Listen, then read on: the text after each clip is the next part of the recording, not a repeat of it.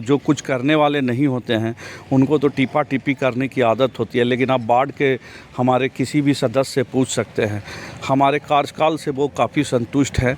और यही कारण है कि कुछ लोग तिलमिला रहे हैं, क्या समझे, तो वो उनकी आदत है, और जो काम नहीं करना जानते हैं वो इसी तरह से किसी पे आरोप लगाते हैं। आप देख रहे हैं शेरघाटी आजकल और मैं हूं इमरान अली। आज मैं यहां पे शेरघाटी नगर परिषद के वार्ड नंबर 7 में पहुंचा हूं। हमारे साथ बातचीत करने के लिए हैं नगर परिषद के वार्ड नंबर 7 के वार्ड पार्षद प्रेम प्रकाश उर्फ चिंटू सिंह जी। वैसे तो चिंटू सिंह जी नगर पंचायत के उप मुख्य पार्षद भी हैं, भारतीय जनता पार्टी के गया ज़िला के उपाध्यक्ष भी हैं, लेकिन आज मैं इनसे बात करूंगा एक वार्ड पार्षद के रूप में कि आपने अपने वार्ड में एक वार्ड पार्षद के रूप में अब तक क्या क्या विकास कार्य किया है। बहुत बहुत धन्यवाद इमरान जी। जब मैं 2017 में वार्ड पार्षद के रूप में वार्ड नंबर 7 का प्रतिनिधित्व करने का हमें जब मौका मिला तो मेरे लिए बहुत ही सौभाग्य की बात थी, और मैंने इसे चुनौती के रूप में स्वीकार किया। और जो भी नगर पंचायत वार्ड नंबर 7 का जो मूलभूत जो सुविधा होनी चाहिए थी उसको हम लोगों ने खासकर हमने पहल करके वार्ड नंबर 7 में उसको सुचारू रूप से चालू करवाने का प्रयास किया, जिसमें सबसे पहले सफाई व्यवस्था। पहले जो कमेटी थी तो सफाई नाम मात्र थी, मतलब सप्ताह में अगर एक आध दो बार भी लेबर आ जाए तो बहुत है किया। सर, आपके वार्ड में विकास कार्य सड़क और नाली का कितना काम हुआ? जैसा कि मैं आपको बता देना चाहता हूं कि जब हम लोग जीत कर आए तो सड़क और नाली के लिए 2 योजना, एक टेंडर से हम लोगों ने करवाया नली गली के रूप में, और एक 7.5 लाख रुपए का डिपार्टमेंटल योजना भी हम लोगों ने वहाँ करवाया, जहाँ मतलब इस 20 वर्षों में एक भी नगर पंचायत का ईंट नहीं लगी थी। ये मैं नहीं बोल रहा हूँ, इस वार्ड के जनता बोल रहे हैं कि पहली बार शेरघाटी नगर पंचायत से एक ईंट लगी है। जो जैसे कि मैं आपको बता देता हूँ, वो है सुमाली मोहल्ला। आप वहाँ के किसी भी नागरिक से पूछ सकते हैं, वो ईमानदारी पूर्वक आपको बताएंगे। सर, वो तो आपके वार्ड में नहीं है सुमाली मोहल्ला? नहीं, सुमाली मोहल्ला जस्ट मेरे बगल में है। वो मेरे ही है उसका? नहीं, पूरा एक पार्ट है। राणा भैया का घर जो है, अच्छा। उसके घर से दाएं साइड से। तो इस मोहल्ले में आज तक एक भी नाली नहीं बना था, एक मतलब नगर पंचायत के एक ईंट नहीं लगी थी। उसको हमने बनाने का काम किया। फिर आपको टेंडर के माध्यम से 10 लाख का एक योजना, 10 लाख रुपए हर वार्ड को मिला था। उसमें 3 योजना हमने अपने नगर पंचायत के अंतर्गत वार्ड नंबर 7 में करवाने का काम किया। और मैं बता देना चाहता हूं कि अभी 2 योजना मेरा पूर्ण हो चुका है। एक कुरैशी मोहल्ला में 4.5 लाख रुपए के लागत से, और एक कुरैशी मोहल्ले के जस्ट सामने वो उसको कौन लगन तकिया में, वो भी 4.5 लाख रुपए के मद से, विधायक मद से मैंने उसको 2 योजना वो कंप्लीट करवाया हूँ। और मैं आपको अभी बता देता हूँ कि 2 योजना मेरा अभी लंबित है। विधान पार्षद का मैं योजना लाया हूँ, एक 5 लाख रुपए के लागत से। ये काफ़ी दिनों से जनता की मांग थी।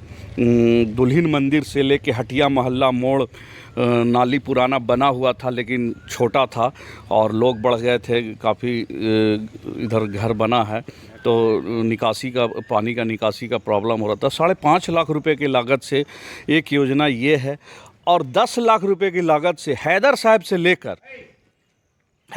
से लेकर देवी मठ तक दोनों साइड पेवर ब्लॉक रोड के दोनों साइड सौंदर्यीकरण के लिए 10 लाख रुपए की लागत से मैंने भाजपा के विधान पार्षद श्री कृष्ण कुमार सिंह के योजना में लाया हूं। और ऐसे छोटे मोटे अपने मद से भी। सर, आपके यहाँ नल जल योजना का काम कितना? नल जल योजना का मेरे यहाँ काम 50% पूर्ण हो चुका है और 50% बाकी है। वो भी हमें लगता है कि 1 महीना के अंदर समाप्त हो जाएगा। और मैं आवास योजना का क्या लाभ मिला आपको? आवास योजना मेरे यहाँ 20 लोगों को, हम लोगों को सेकेंड किस्त और लगता है 11 लोगों को फर्स्ट किस्त देने का काम किए हैं। और बाकी जो 28 योजना हर वार्ड में जो स्वीकृत की गई थी, वो इस महीने के लास्ट तक सभी के खाते में पैसा फर्स्ट किस्त का चला जाएगा। और इस मंथ में ही अभी हर वार्ड में 10-10 लाख रुपए की योजना स्वीकृत हुई है, जो टेंडर 18 तारीख को फाइनल होने वाला है। ये कहाँ से कहाँ क्या योजना है, उसका नाम कहाँ से कहाँ तक क्या एक बनना है? हाँ, मेरे वार्ड में है सरवन दास के घर से बदरुद्दीन मियाँ के घर तक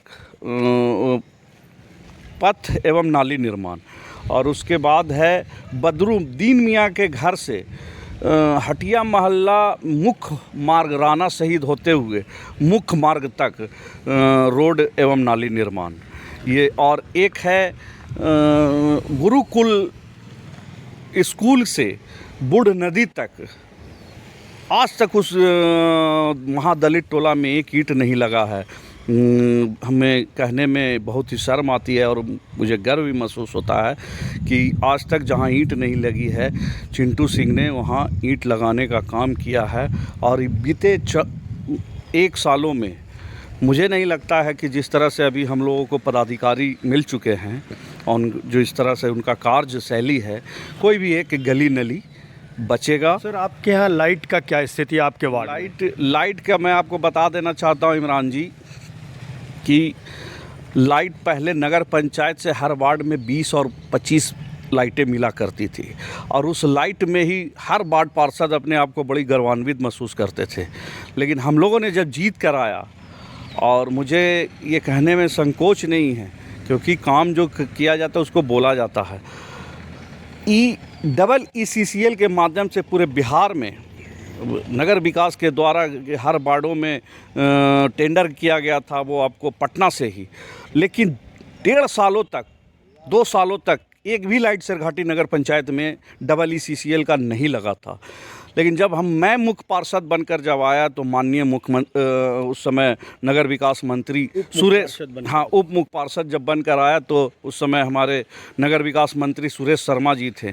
मैंने उनसे पर्सनल मिलकर पूरे शेरघाटी में जो 6000 लाइटें जो हम यहाँ से स्वीकृत होकर गई थी, जो एग्रीमेंट किए थे यहाँ के उप मुख्य पार्षद और मुख्य पार्षद, वो मैंने माननीय मंत्री जी के पहल पर सभी वार्डों में करीब हर वार्ड में 300, 250, 400। आपके वार्ड में? मेरे वार्ड में कम से कम 250 लाइटें से कम नहीं लगी है।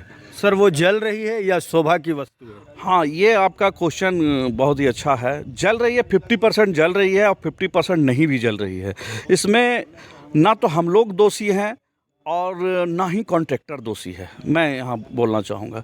इसलिए कि कोई भी आदमी काम करता है तो उसको मजदूरी मिलना चाहिए।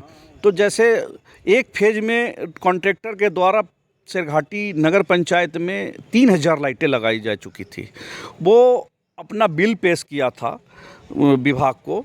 अभी तक उसको पेमेंट नहीं होने के कारण जो क्राइटेरिया उसको डिसाइड किया गया था एग्रीमेंट में, वो जब पेमेंट नहीं हुआ तो वो यहाँ पे शिथिलता बरत रहा है मरम्मत में, और जो लाइटें लगनी है उसमें।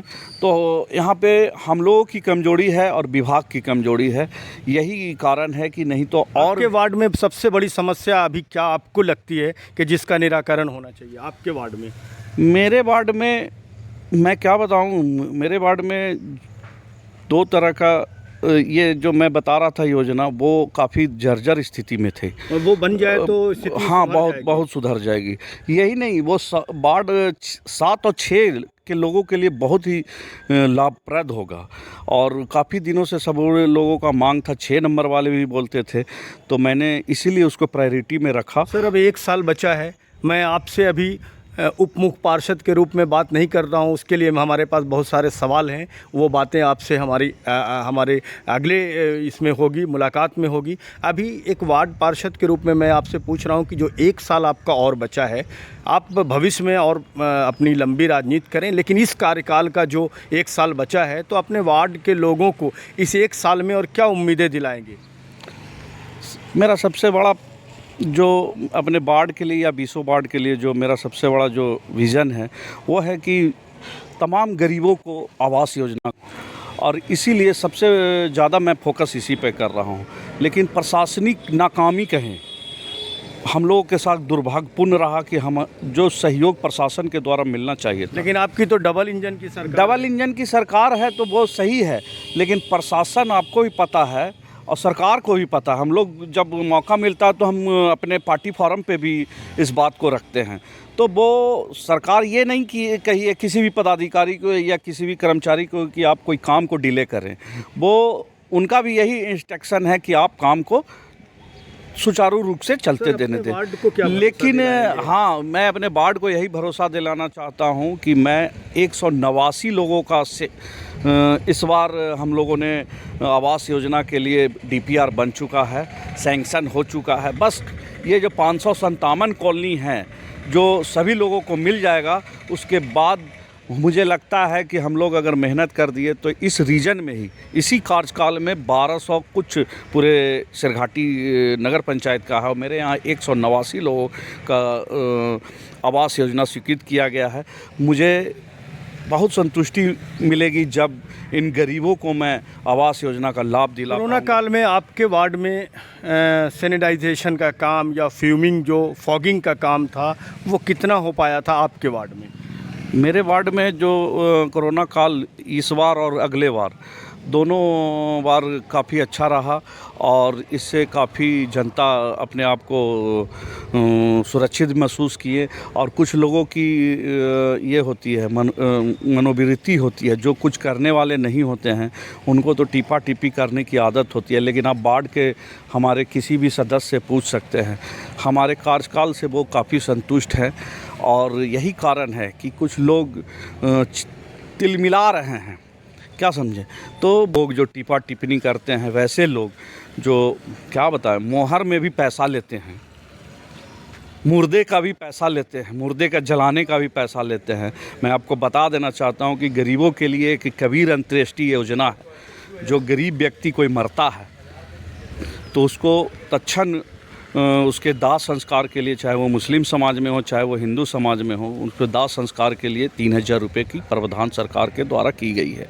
लेकिन बीते 2 सालों से अभी जो ऑनलाइन पेमेंट का जो सिस्टम लागू किया गया माननीय प्रधानमंत्री के द्वारा, तो वो जिस समय घटना घटती है उस समय नहीं मिल पाता। वो जब फार्म भरते हैं तब वो उनको अकाउंट में, उनके नॉमिनी के अकाउंट में, खाते में पैसा जाता है।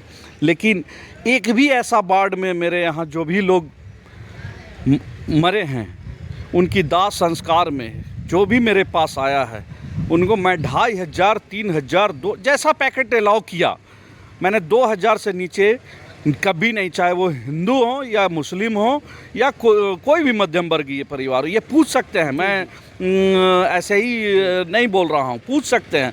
और मैं उस पैसे को कभी जो उनके अकाउंट में जाता है उनको पैसे को मैं पूछता भी नहीं, और जहाँ तक होता है तो फार्म भरवा के उनके अकाउंट में पैसा भेजवाने का कार्य करते हैं।